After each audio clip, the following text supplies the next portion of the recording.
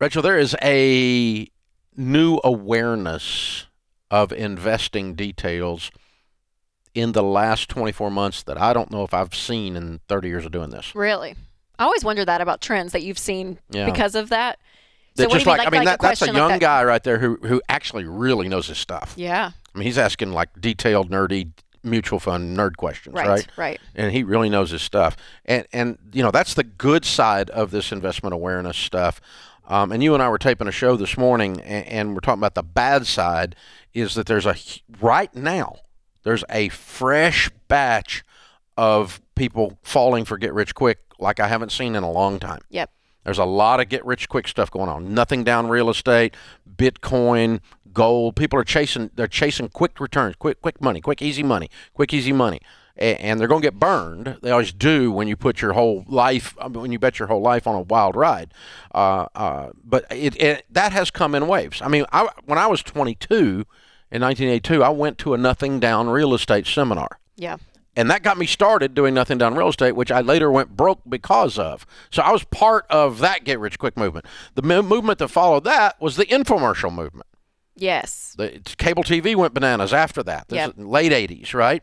And so everybody and his brother, Dave Delgado, and all these guys had midnight TV. Every time you turn on midnight TV, there was any channel, there was a get-rich-quick real estate thing on.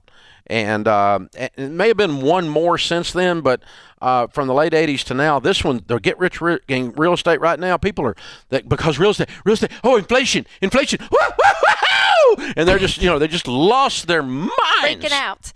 So how much of because there has to be an element of what we've all been through, from 2020 and 2021 of the pandemic and all of that, right? That there's like this. I think it's psychological. I agree. Like there's something that has shifted, whether it's, hey, I want to control more, that I know more, and there's a level of like the detail, like you're saying, people are wanting to understand their money a little bit more because the fear of realizing, oh my gosh, what if everything's good? Like, I feel like there's that. Mm-hmm.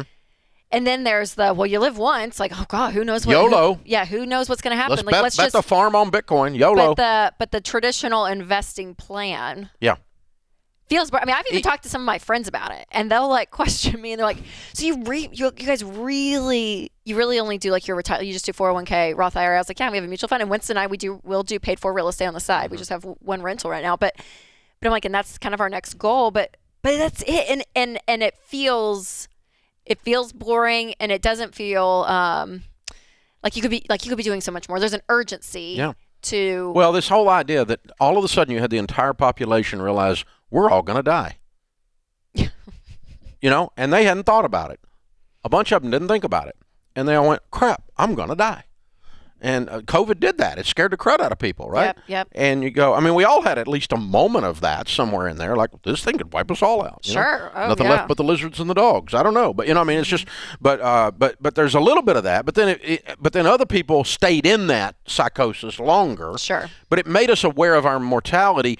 And what it did was some people's, it panicked them. Yes. And that's what's driving some of this get rich quick. Yep. The get rich quick things I got in were more greed based. Mm-hmm. This one's more panicked. I might not be here long, so I've got to get it quick. There's like an urgency to it. It's a fear, urgency driving it, and it's really dangerous. Yeah. Because you're not going to die. Like as soon as you think you're going to, with that as soon as that fear, that irrational fear that's driving this says you're going to die, and so what's going to happen is you're going to live long enough to find out how stupid you've been.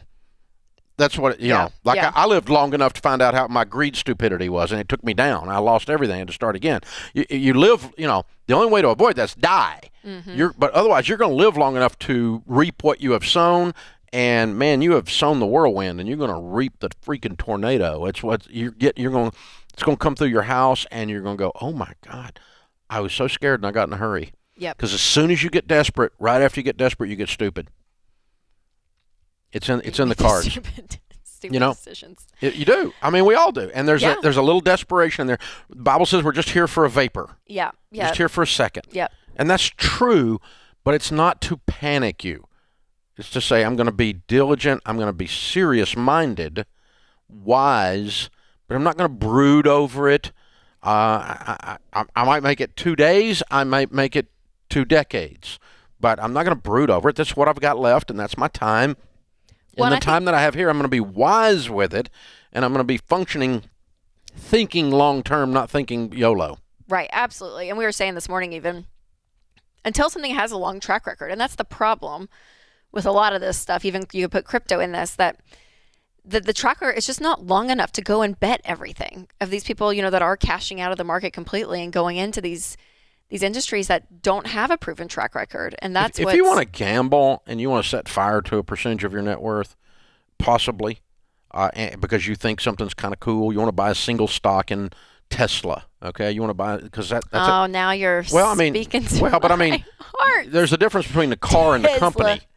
Okay, it's just but Tesla has a much better track record today than say it did 36, 48 months ago. Sure, absolutely. It's much less risk now because it's lived longer. That's right. It's stayed alive. Yes. And so it might be the next iPhone.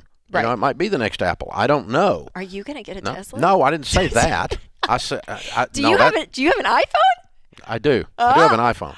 Yeah, but I'm just saying. But it's not a point of consuming it, Rachel. I'm talking about investing in the freaking company. I'm just messing with you. Okay. I know. So you're talking about investing. All I see is me driving a computer, and I really want to drive that Tesla. You want to drive a battery? I'm sorry, you say Tesla, and hey, you don't have to deal with the oil. If it doesn't make noise, it's not a real car, Rachel. Oh, it is. But it's faster than your car. If it has to have a loud muffler, or a redneck is not allowed to drive I will race you and it's see who's redneck faster. law. Redneck Constitution says it must have a loud muffler. So your rednecks are not allowed to drive a battery. We're not allowed to do it. You are changing your family tree for the good of electric cars. I don't even know what we were saying. I failed as a father. Just invest in mutual funds.